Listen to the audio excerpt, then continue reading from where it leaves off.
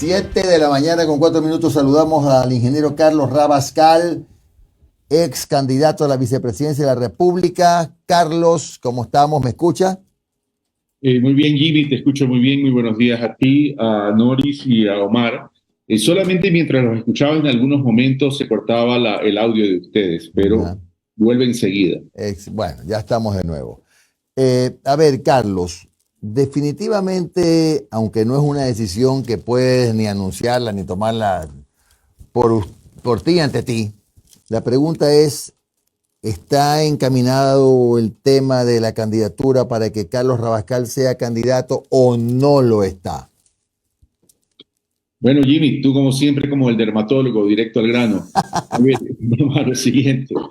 A ver, yo siempre dije que estaba construyendo la candidatura al 2025. Ya. Ese siempre fue el objetivo. Y lo dije mucho antes, y lo vengo diciendo mucho antes de la posibilidad que se presente esta figura constitucional llamada muerte cruzada. Y en ese sentido debo decir, ¿por qué construir una candidatura al 2025? Porque para ser presidente, para los que no saben, o para los que reconocen que no hicieron una buena campaña, tienen que pasar primero por una candidatura. Es decir, para ser presidente hay que ser elegido, y para ser elegido hay que ser candidato. Y para ser candidato y ser elegido hay que ser un buen candidato, hay que mostrar cercanía con el pueblo ecuatoriano, hay que llevar propuestas al pueblo ecuatoriano y establecer una empatía con el ciudadano elector, a efectos de que esa votación se traduzca. Gracias a Dios, y me siento muy honrado de haber sido candidato a la vicepresidencia de la República en la Unión por la Esperanza, donde estuvo Revolución Ciudadana, donde estuvo Centro Democrático, donde se me asignó a mí el trabajo en la campaña en toda la costa ecuatoriana, y gracias a Dios los resultados estuvieron ahí. Ganamos en todas las provincias de la costa ecuatoriana y ganamos en la primera vuelta en la ciudad de Guayaquil. Y ganamos en la provincia de Guayas en la segunda vuelta electoral. Es decir, hay que hacer un trabajo. Esto no es cuestión de querer ser presidente, sino que primero hay que ser candidato y un fiel candidato. Ahí es donde se demuestran las lealtades. Paso a lo siguiente. Entonces, estoy construyendo mi candidatura al 2025 porque las cosas hay que hacerlas con tiempo. Porque la política es una construcción permanente y continua. Y en esa construcción permanente y continua, uno va recorriendo el territorio. Porque la política no solo es de medios, la política no solo es de redes sociales, la política es el contacto con la gente para dialogar, para conversar, recibir insumos y para poder construir un verdadero plan de desarrollo, que lo vengo diciendo desde el año 2019. Eso, punto uno. Se da la muerte cruzada. La muerte cruzada altera el estado de la democracia ecuatoriana, que ya venía afectada de un mal gobierno, porque la muerte cruzada lo que hace es impedir el juicio político, es decir, bloquear el juicio político para impedir la censura y la destitución del presidente Lasso. Esa es la finalidad de la muerte cruzada, porque ni siquiera se va a presentar al proceso electoral, cuando debería ser obligatorio que se presente para ver si el pueblo lo ratifica o no lo ratifica, así tal como se está haciendo con la Asamblea Nacional Legislativa. Entonces, en esa muerte cruzada que altera toda la programación, toda la planificación, por responsabilidad uno tiene que estar ahí. Yo no estaba buscando participar en las elecciones anticipadas del 2023. Pero ya, dado eso, mi nombre es uno más de tantos nombres que se están considerando al interior de la Revolución Ciudadana. Yo he sido cercano a la Revolución Ciudadana. Es verdad que no soy afiliado, pero he sido muy cercano a la Revolución Ciudadana desde que me incorporé a la política ecuatoriana, a tal punto que fui su candidato a la vicepresidencia y a tal punto que hice un trabajo que me lo reconoce todo el mundo.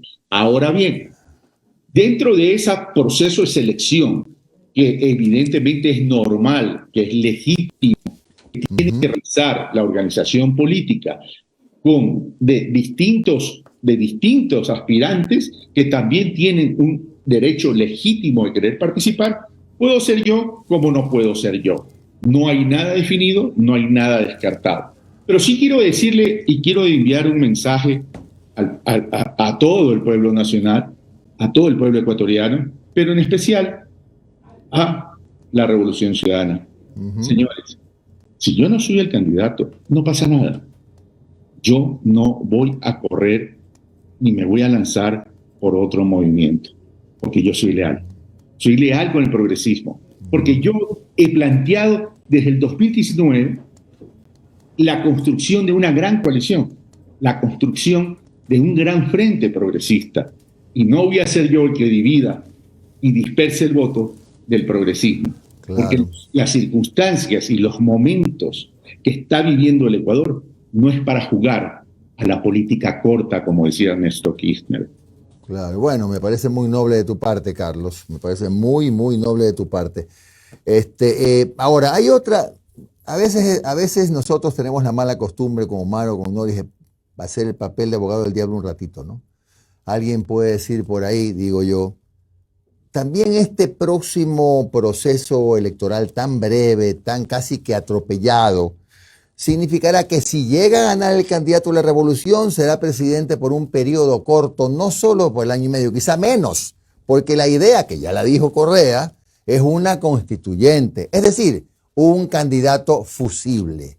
Es por eso que a lo mejor a Carlos Rabascal no le preocupa tanto y sigue proyectándose para más adelante. A ver, uno en la vida tiene que tener metas de corto, mediano y largo plazo, pero aquí más allá de las metas personales, lo que hay que hablar es de la importancia del país. Ahorita las personas no somos lo importante. Las personas que estamos en la política, como actores políticos me refiero. Ahora lo importante es el país. ¿Y por qué una constituyente es importante? Una constituyente es importante para recuperar la institucionalidad del país. Eso es tremendamente importante, porque desde el 2017 a la fecha ha habido un proceso de destrucción sistemática en el país en relación a la institucionalidad. Hoy eso tenemos que recuperar. Nos damos cuenta que la Constitución tiene vacío, incluso. Y voy a poner un ejemplo de un vacío constitucional, y lo voy a poner porque lo estamos viviendo en este momento. Una muerte cruzada, como el juicio político, son instrumentos constitucionales. Pero una muerte cruzada que puede bloquear un juicio político en proceso antes de la votación es un absurdo. Ahí, por ejemplo, la interpretación que le da la Corte Constitucional me parece que no ha considerado el espíritu constituyente. Porque el espíritu constituyente es control y fiscalización política a través del juicio político. Pero si la muerte cruzada tiene la posibilidad de bloquear el juicio político, ¿verdad? Entonces no se cumple el espíritu constituyente, que a su vez es el espíritu del pueblo ecuatoriano. Es decir, hay procesos que hay que recuperar y hay procesos que fortalecer. Un país que no fortalezca la institucionalidad no podrá salir adelante nunca. Por eso es necesaria la Asamblea Constituyente. Desde ese punto de vista, entonces, lo que hay que considerar que el gobierno que se asiente hasta el resto del periodo tiene que entender, sea quien sea el presidente, que es un gobierno de transición. Y lo ideal sería que aquellos que participen dentro de este proceso electoral en el marco de la muerte cruzada no tengan aspiraciones presidenciales para el 2025. Es decir, los candidatos que eventualmente podamos participar, tenemos que tener en claro que somos un gobierno de transición, que sea hasta el 2025, y en lo posible llegar a acordar que ese presidente no participe en las elecciones del 2025. Carlos, buenos días. Noris Arroyave le saluda. Noris, ¿qué tal? Este gobierno de transición, en un año y medio, es importantísimo entender las urgencias de la ciudadanía, ¿no? Yo siempre digo que hay dos discusiones, la de la clase política y la de la gente. En este momento, como estamos, en el contexto en el que vivimos social, la gente reclama dos cosas: seguridad y trabajo.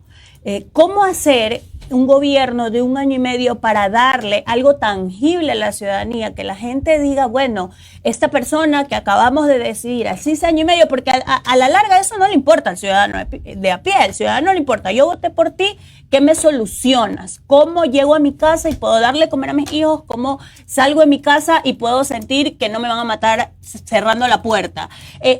¿Cómo hacer eso? Ese es el reto más grande que tiene el presidente que asuma en este momento. Se habla de una constituyente por un lado, pero eso sigue siendo parte de la discusión un poco política, por decirlo de alguna manera, aunque es muy transversal. Pero ya en lo tangible para el ciudadano, ¿cómo hacer, Carlos? A ver, es que tienes que trabajar en paralelo. Es verdad que año 4 meses es muy poco tiempo. Año 4, año 5 meses es muy poco tiempo. Pero tienes que ir sentando las bases.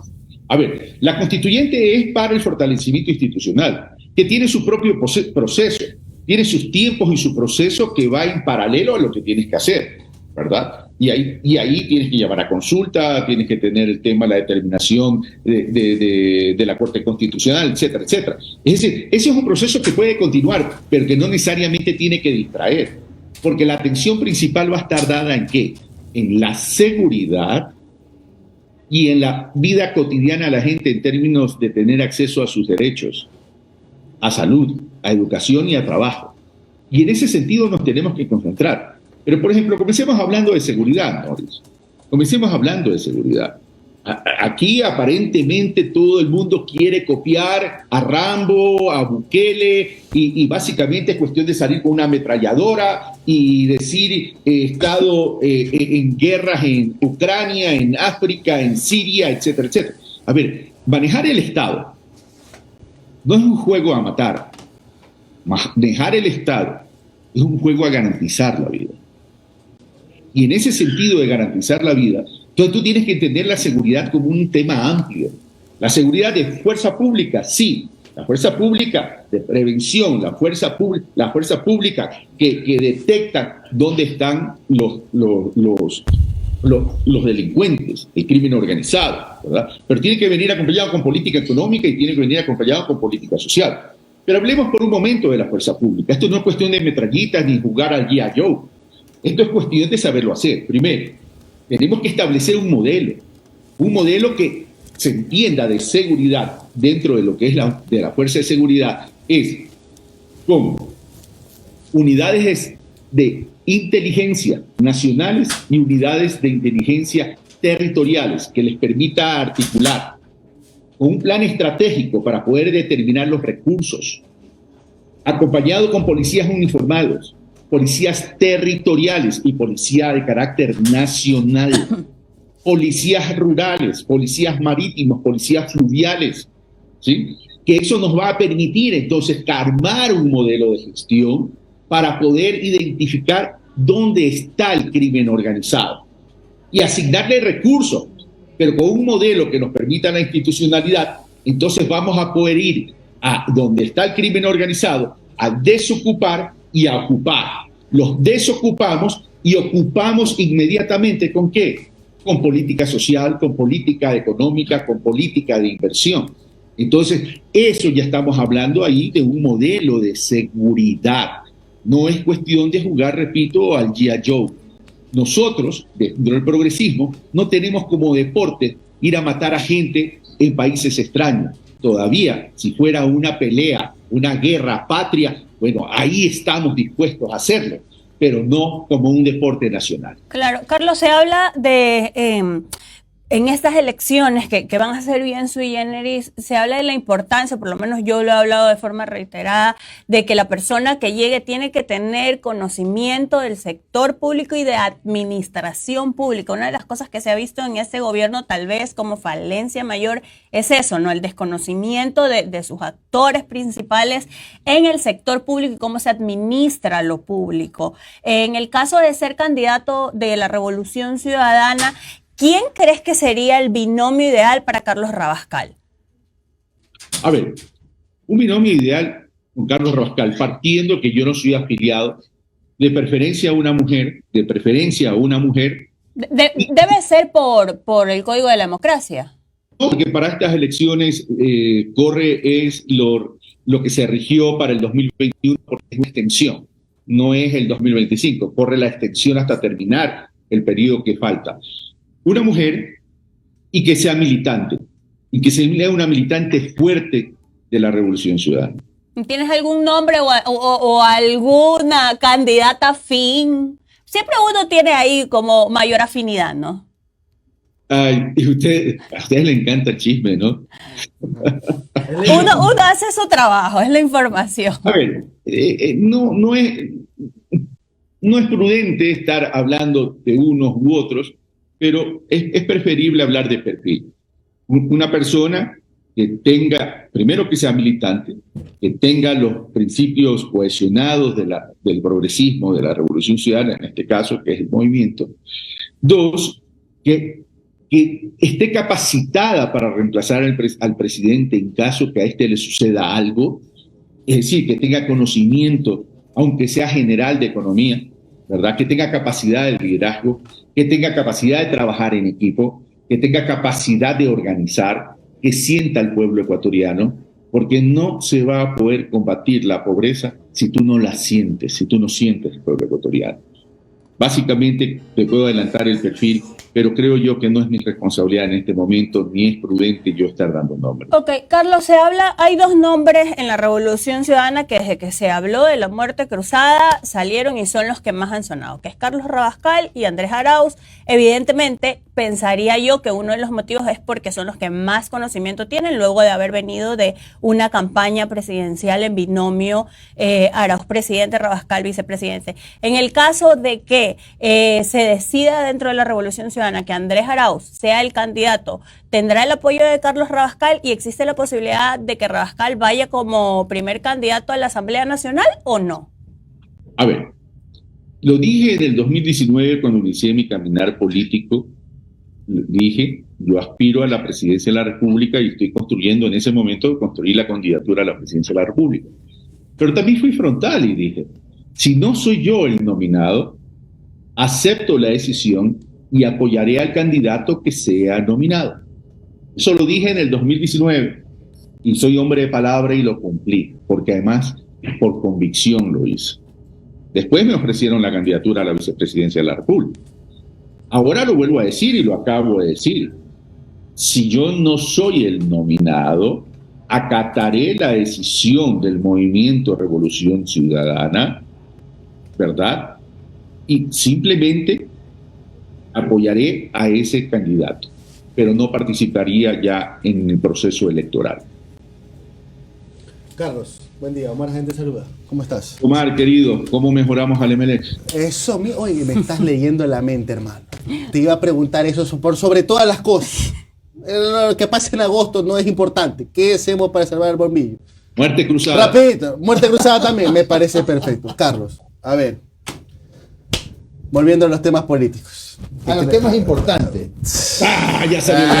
Salió, sí. Así es. A ver, Carlos. Más allá de la definición de las candidaturas, no quieres decir nombres, pero por acá ya sabemos quién es, no te preocupes. A ver, Carlos, te pregunto, mira, yo sé cuán importante es una asamblea constituyente en estos momentos. Hay muchos candados que quedaron desde el funesto Trujillo, que están imposibilitando, y es más, el desastre institucional que tenemos en estos instantes en el país es gracias a esa herencia nefasta de este señor y de todo lo que fue el transitorio. Ahora, yo entiendo que hay que destrabar esos candados, que hay que mejorar la situación, pero tú eres comunicador, Carlos. Tú has visto a lo largo de tu vida muchas campañas electorales, desde los 90, 2000, cómo ha ido modificándose las estrategias de campaña. Tú sí sabes. 79, mi querido Omar. 79, está bien, no te quería vender tanto así, pero bueno. A ver, Carlos, pero el tema es el siguiente. Tú sí estás consciente que si al ciudadano de pie tú le dices vamos a una constituyente o vamos a repartir balas, tú sí sabes por dónde va a ir quizás la intención de la gente, ¿no, verdad? Sí, definitivamente. Porque no es algo muy etéreo, eso de hablar de la constituyente y todo eso, porque eso significaría nuevamente ir a las urnas, un procedimiento engorroso. A ver, te explico, Omar. Cuando yo hablo de la constituyente, yo lo hablo como una tarea a hacer, no hablo como un eje central de campaña siquiera. Yo no entraría a debatir la constituyente en la campaña. Yo entraría a debatir las cosas que son de la cotidianidad. Por ejemplo, yo le decía a Noris y le explicaba cómo manejar el tema de la seguridad, pero eso tiene que venir también acompañado de cómo recuperas la economía para activar el trabajo. Entonces, lo que vas a tener que hacer básicamente es mover la economía en la cotidianidad de la vida de la gente. recuperar los centros educativos, recuperar los centros hospitalarios, las medicinas para los centros hospitalarios, contratar operadores de salud para que los que puedan atender, recuperar los servicios básicos, entrar articulando con los gobiernos autónomos descentralizados, créditos a través de esos gobiernos para obras de infraestructura, recuperar gran parte en el tema vial, porque estamos hablando de años 4 meses que no puedes hacer más. Eso en términos de propuestas del año 4 meses, de la gestión que vas a hacer, pero tú necesitas un debate, tú no puedes renunciar, tú necesitas un debate de propuestas. Sí, ¿cómo vas a manejar los temas más sensibles que le preocupan a la ciudadanía? Pero por responsabilidad también hay que plantear un debate político. Por responsabilidad hay que plantear un debate político. Claro. Ahora, ¿cuál es el enfoque que le vas a dar? Más fuerza a lo cotidiano que tiene que ver con la gente, ¿verdad? Y el otro es un debate meramente político que habrá que manejarlo de acuerdo a los cronogramas que exige la constituyente. Ahora, Carlos, porque la constituyente, claro. Ojo, la constituyente no se hace de la noche a la mañana. No, toma su tiempo, porque tienes que elegir a los constituyentes y todo. La constituyente primero, tienes que convocar a consulta. Ya, ahí te toman unos días. Tienes que pasar por la Corte Constitucional, te pasa otros días. De ahí tienes que convocar para las elecciones de constituyentes, con todo lo que significa calificación, inscripción, procesos de impugnación, etcétera, etcétera, etcétera, ¿verdad? Y luego de eso la tienes que posicionar, la constituyente tendría que funcionar mínimo 1 año, ¿sí? Entonces, eso, si viene, hay que debatirlo, hay que irlo construyendo. Y en ese sentido, por responsabilidad política, se lo menciona, porque hay que dejar sentadas las bases también para el que venga en el 2025, ¿verdad? Entonces tenemos que crear también acuerdos fundamentales. ¿Sobre qué acuerdos tenemos que sentarnos? Porque este es un problema de todos. A ver, aquí nos están matando a los de izquierda, a los de derecha, a los progresistas, a los conservadores, a los liberales y a todos, si es que existen liberales todavía, ¿verdad? Nos están matando a todos. Por tanto, tenemos que sentarnos y plantear una agenda temática para sacar. Yo he mencionado seguridad y he mencionado economía para tener política social, ¿correcto? Pero a partir de eso, tenemos que establecer una agenda que nos permita sacar al país de crisis.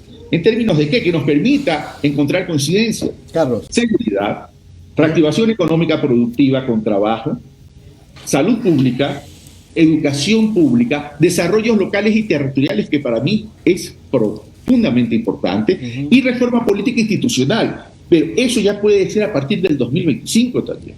Es decir, iniciaron en el 2023, pero como va a tomar su tiempo, debatamos sobre eso.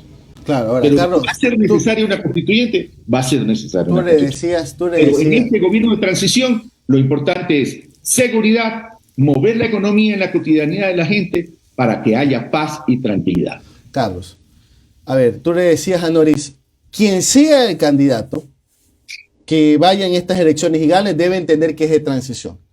Y que, sí, por su bien, no por su bien, sino que debería haber un pacto para que esa persona que gane ahora no se presente en el 2025. Pero tú sí sabes que la vara está tan baja en este país, después de lo que ha hecho el señor Lasso, que viene un presidente X, no digo partido, X, y arregla unas carreteras, arregla un poco el servicio de salud pública o de educación, y se mejora, por ejemplo, la entrega de cédulas y pasaportes. Con eso ya tiene asegurada la reelección, porque estamos con unos niveles, con una autoestima tan baja en este país, con una vara tan baja, que ¿cómo le vas a decir pues a una persona que llega y dice eso, no te presentes en el 2025? Y más aún, teniendo en cuenta que este año y medio no cuenta pues como periodo, que llegaría nuevecito el 2025 para presentarse a las elecciones. ¿Cómo le podría plantear eso? Dos cosas, Omar. A ver, es que aquí hay una situación crítica. Estamos viviendo un verdadero apocalipsis en el Ecuador. Estamos viviendo un verdadero desastre en el Ecuador. Entonces, aquí hay un tema de madurez política, debería haber un tema de madurez política que nos permita proponer eso. O, sencillamente, que nos comprometamos todos a trabajar, a pacificar el país. Se está quedando sin tiempo. Sí, no, ya está. Ya. Ya pusimos una moneda ahí, ya, no te preocupes. Como Rocola. A ver. Estamos como Rocola, bueno. Nos comprometamos a que se comprometan todos los que eventualmente pueden ser candidatos para este periodo. Porque aquí tenemos que tener, a ver, claro, ¿para qué vamos a ser candidatos en este momento? ¿Vamos a ser candidatos para después continuar en 2025 una campaña? O sea, ahí hay un objetivo partidista, ahí hay un objetivo político electoral de proyección. O vamos a hacer gobierno, o vamos a gobernar para sacar al país de la crisis, pacificar en este periodo, para sentar las bases para que cuando venga el otro periodo, los otros candidatos, el otro gobierno pueda continuar. Entonces, yo creo que tenemos que tener sentido de ubicación. Y ese sentido de ubicación es entender que este es un gobierno de transición. Bien, gracias Carlos Rabascal por estos minutos de tu tiempo. Un abrazo, O sea, me estimado pusiste Carlos. 20 centavos para ver, para que no se No, vayan. pero has hablado media hora. Chao, Carlos, gracias. Muy Chao, un amable. abrazo a todos. Cuídense. Ya.